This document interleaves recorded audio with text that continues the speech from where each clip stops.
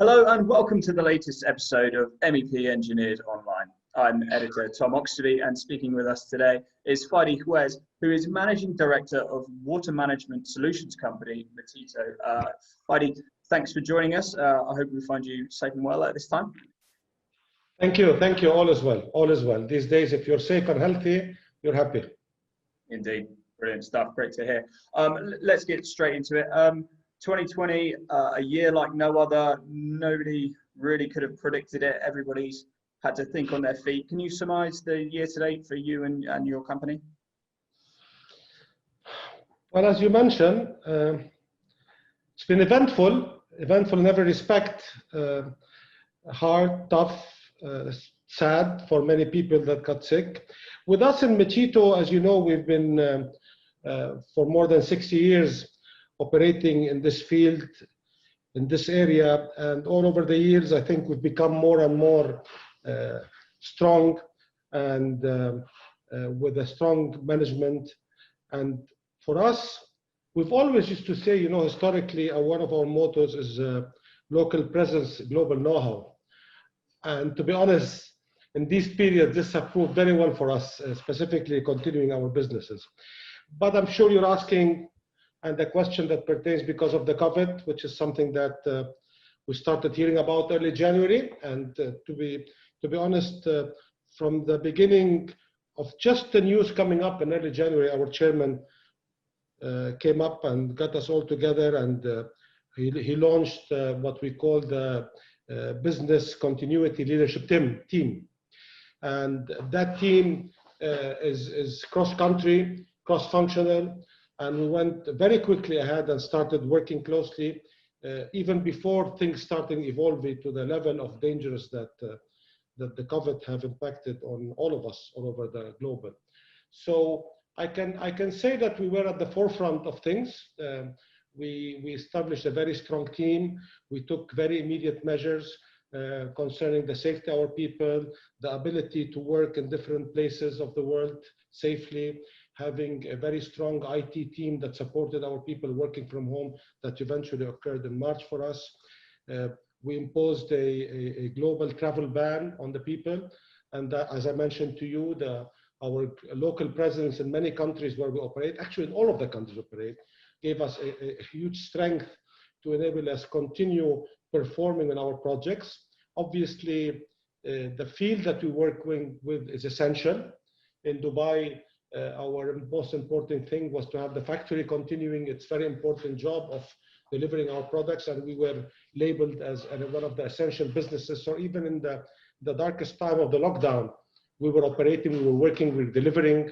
Our people were working from home, long nights. And as I mentioned, it's been good times, difficult times, very eventful, and very positive. When it comes to the business, even with these difficult times, I could say that we successfully delivered very important projects. I don't know, I'm sure you must have heard, we started executing the MEP independent sewage treatment plant project in Saudi Arabia, the first of its kind. We kicked it off, we reached financial closure, and we're now operating and building the plant as we go in. We're investing more than $250 million on that job. We also successfully executed and commissioned the very important Mahasna project, which is a 1 million cubic meter. Let me put off this so that doesn't make sound.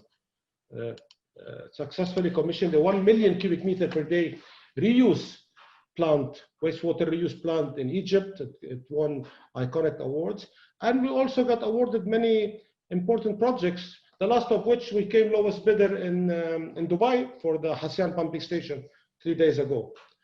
So it's been active first 3 quarters of the year. Okay, Fady, that's great. And you mentioned the business successes there despite the obvious obstacles. What can you tell me about what you've learned about your personnel? Obviously, you've spoken about the business side of things, but you mentioned long nights there, a ban on travel. People wouldn't have seen their families. What did you, from a business leadership point of view, from your position as head of the company, what have you learned about your staff and your team? We could feel that there's this eagerness to complete projects, to be successful, to grow the business. On the personnel side, everybody was working extremely hard all over the period, delivering what needs to be done, obviously following strictly the safety regulations that we did. And also, in the same token, from the management side, we were close by, supporting, delivering.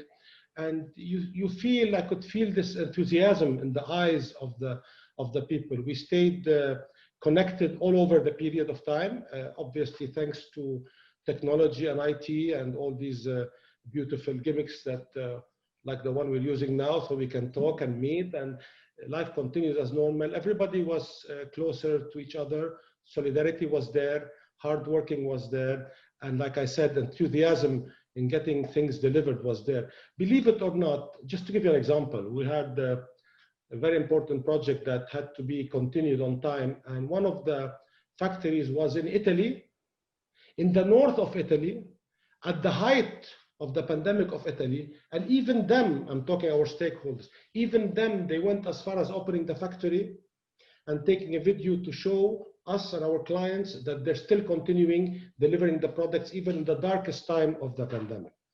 So it was a very emotional period, positively emotional period for our people that were working together and delivering what they had to deliver.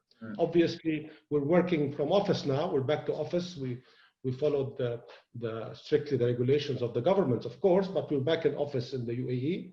And also coming back was very eventful for all of our people, seeing each other and working together. Mm-hmm. And of course, disruption is a bit of a two-sided coin, because it's so hard to innovate and to have progress when things are settled. There needs to be a disruption to the market. Obviously, no one would ever wish for it to be such a cause that could affect people's health on such a mass scale. I'm not suggesting that at all, but without disruption, it can sometimes stifle progress. Do you think this pandemic, the opportunity of this pandemic, is to move digital technologies along, find new ways of working, and of course for water management solutions in this part of the world in particular is so important to be at that cutting edge? True. Of course, it taught us all how to do things differently. It proved what we always wanted and we always strive to achieve, which is being locally present near our markets to support the needs of our client, our stakeholders.